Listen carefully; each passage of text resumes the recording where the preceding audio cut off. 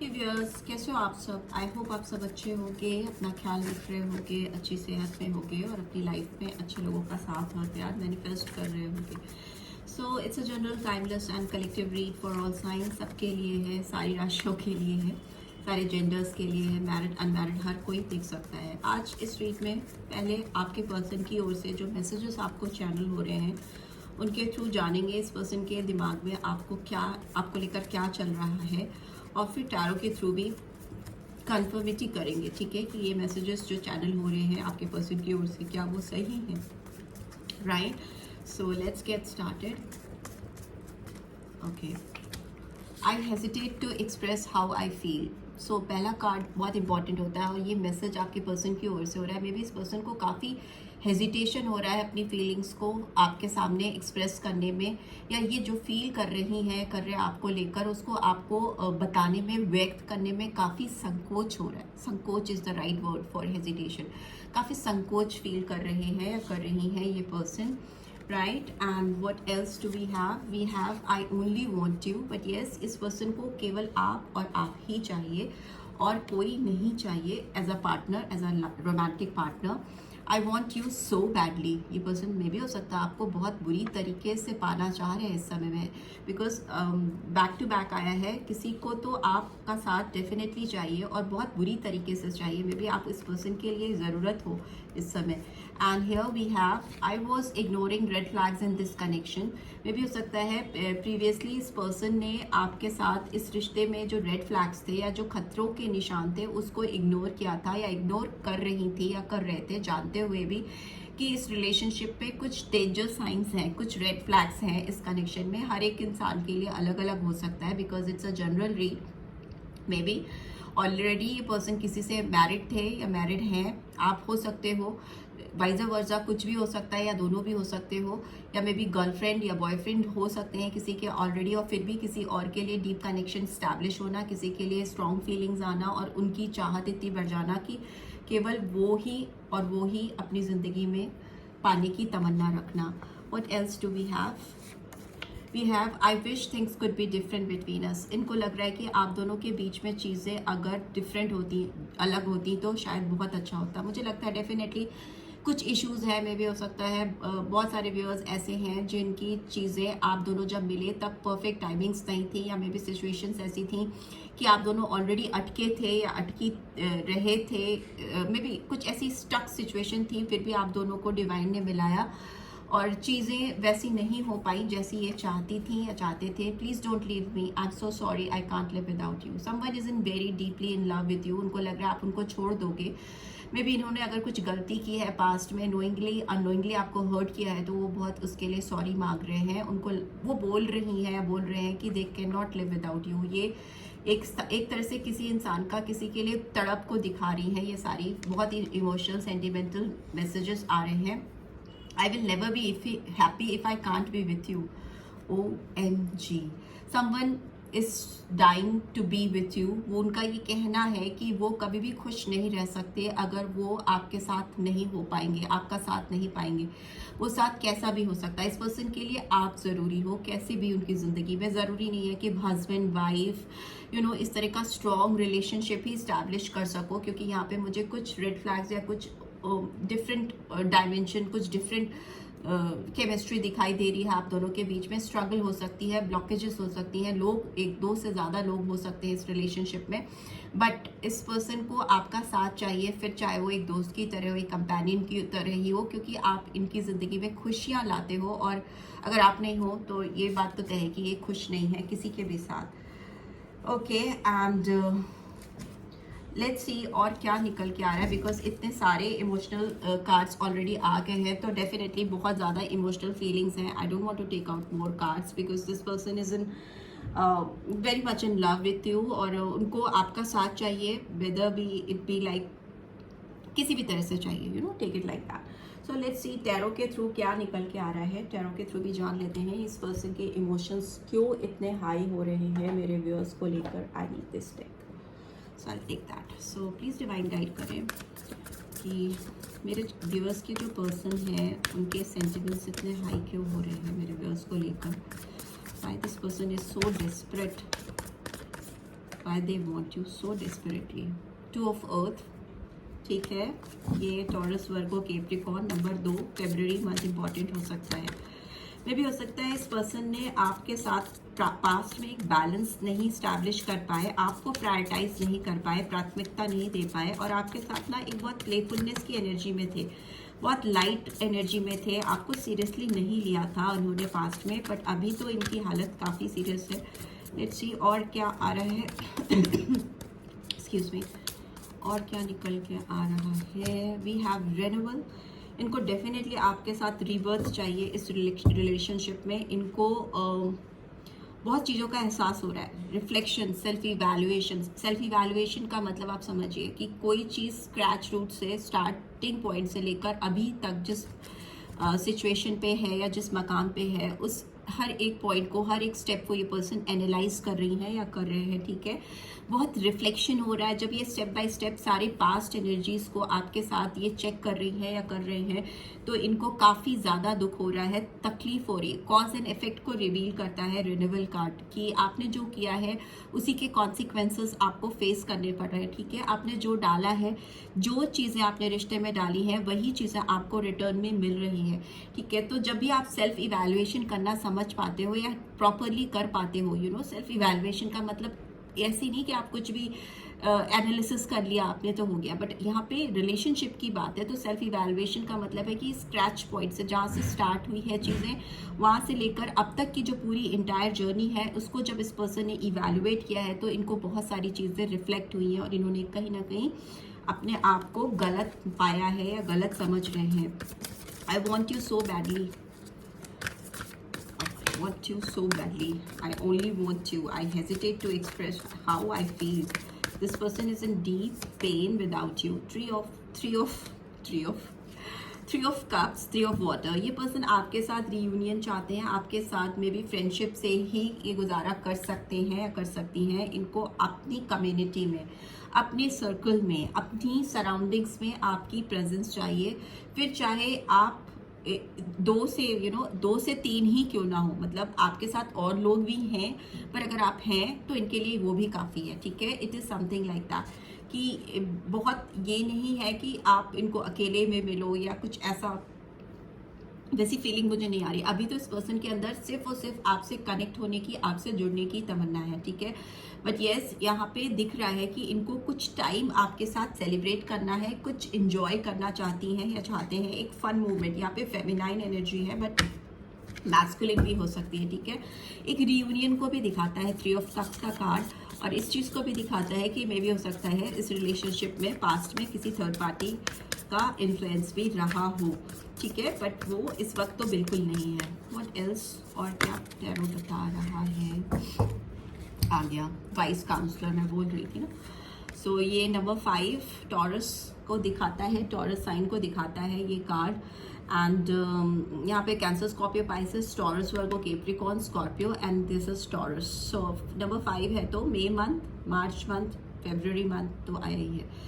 मे भी हो सकता है इस पर्सन की कुछ बिलोंगिंग्स हैं, कुछ लर्निंग है, कुछ मतलब मुझे ऐसा लगता है ये पर्सन फैमिली को लेकर, फैमिली की फीलिंग्स को लेकर काफ़ी कमिटेड हैं, काफ़ी फंसी हुई हैं. ठीक है, यहाँ पर मुझे ये भी दिख रहा है ये पर्सन आपको लेकर कोई स्ट्रॉन्ग कमिटमेंट देना चाहते हैं, आपके साथ अपनी बिलोंगिंग फील करते हैं. इनको लगता है दे बिलोंग विथ यू, आपके साथ वो बिलोंगिंग है इनके साथ. जो किसी के साथ जैसे कनेक्शन, नहीं, डीप कनेक्शन फील होता है, एक वाइब्स होती हैं, एक जुड़ाव होता है कि जैसे लगता है तारें जुड़ी हैं, वैसी फीलिंग इस पर्सन को आपके साथ फील होती है. बट येस, में भी हो सकता है ये पर्सन ऑलरेडी मैरिड है या कमिटेड है, ये किसी के साथ रिलेशनशिप में है, या मे बी आपके साथ ये चीज़ हो सकती है, आप ऑलरेडी मैरिड हैं, कमिटेड हैं, या किसी के साथ रिलेशनशिप में है, जिसकी वजह से इनको आपके साथ ये जो अपना ड्रीम है 10 ऑफ कप्स की जो फीलिंग है, तमन्ना है, वो पूरी नहीं होती हुई दिखाई दे रही है. ठीक है, इनको लगता है कि ये आपके साथ फैमिली बनाने का जो इनका सपना है, जो इनकी ड्रीम है, पूरे कप्स अलाइन है, रेनबोज के सामने चमकते हुए 10 cups, full of emotion, sentiments and love. ये ब्लेसिंग्स इनको चाहिए आपके साथ, मगर उसके बीच में आपके रियूनियन, आप दोनों के साथ को एक करने के बीच में मुझे लगता है कि कुछ ट्रेडिशंस हैं, कस्टम्स हैं, मैरिज है, यू नो, कमिटमेंट है, फैमिली है, कुछ तो है, यू नो, कुछ something is there. But yes, one thing is also very sure कि this person is definite to have a communication with you. They are very sure कि वो कोई भी एडजस्टमेंट करेंगे, कोई भी एडजस्टमेंट करना चाहेंगे या करना चाहेंगी, तो just to initiate this relationship, इस रिश्ते को शुरू करने के लिए. बिकॉज एस ऑफ एयर की एनर्जी है, और एयर की एनर्जी दिखाती है कि खुले तौर पर कम्युनिकेशन, खुले तौर पर चैलेंजेस को एक्सेप्ट करना, कोई भी बकवास चीज़ आए तो उसको हटा देना, उसको काट के किनारे कर देना, you know, it's just something like that कि जो चीज़ मुझे चाहिए उसके लिए बहुत क्लियर पर्सपेक्टिव्स होना, बहुत क्लियर डिटर्मिनेशन के साथ बढ़ते हुए आपकी तरफ दिखाई दे रहे हैं.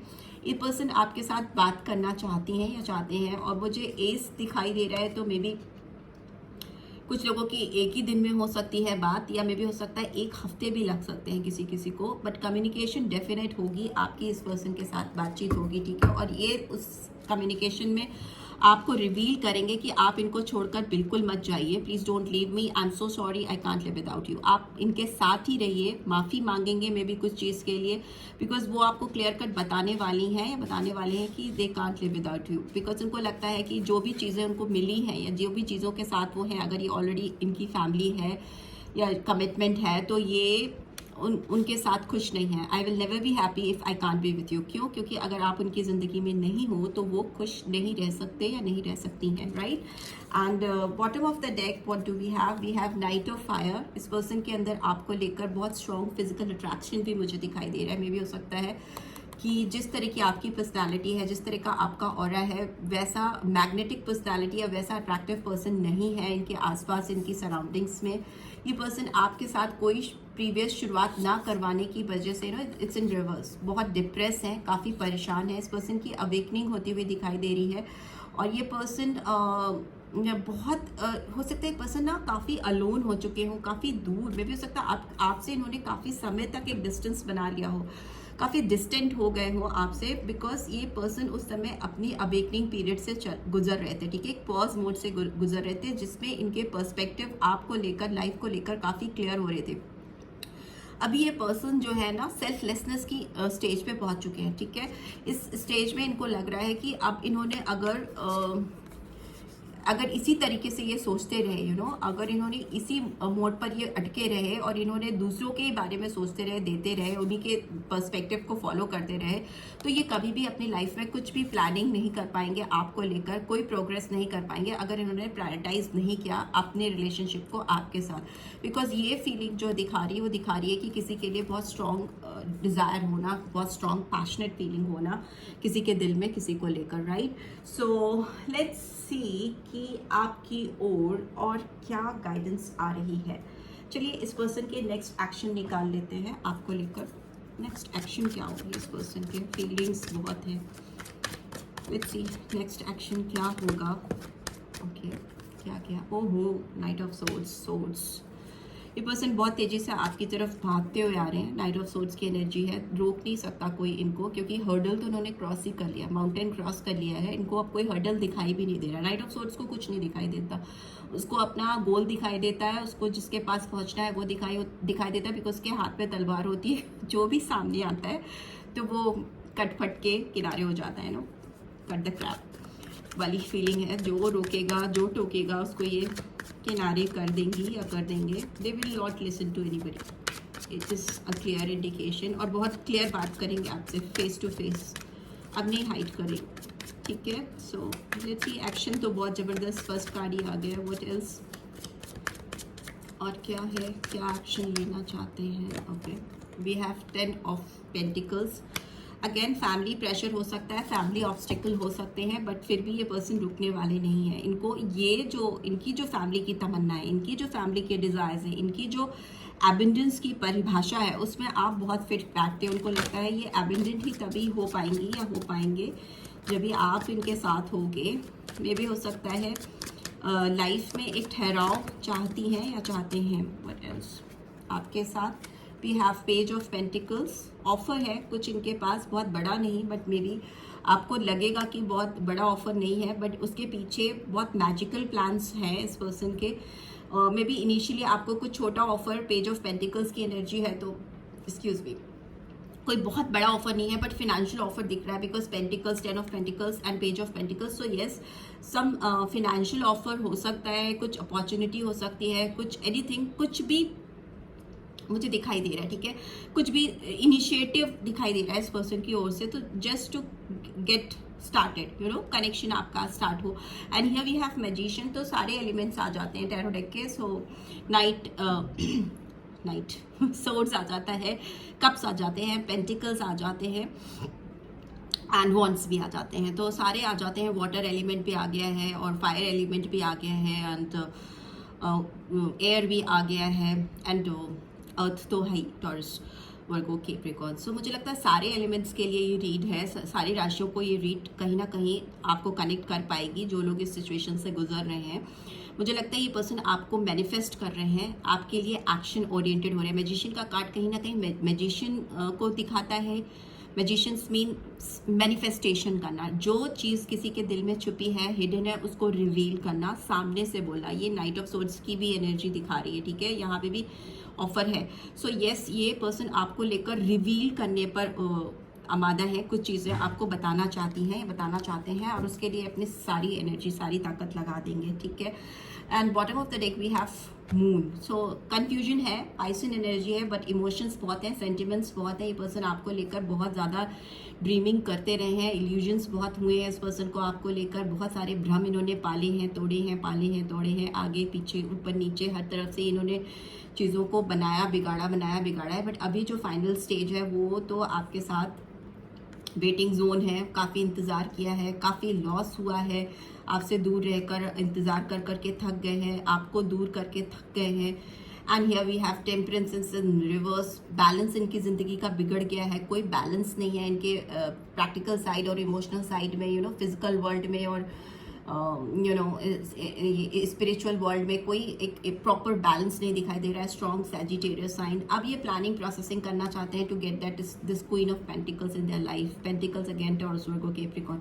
प्लानिंग प्रोसेसिंग चल रही है अपनी क्वीन ऑफ पेंटिकल्स को अपनी लाइफ में वापस लेके आने के लिए. क्वीन ऑफ पेंटिकल्स मैं इसलिए कह रही हूँ क्योंकि मे बी इस पर्सन की ग्रोथ, एबिंडेंस आपसे कनेक्टेड है. ठीक है, इनकी तरक्की कहीं ना कहीं आपसे कनेक्टेड है. इनको लगता है कि ये अगर इस रिलेशनशिप में इन्वेस्ट करेंगे तो इनका फ्यूचर बहुत ब्राइट होगा.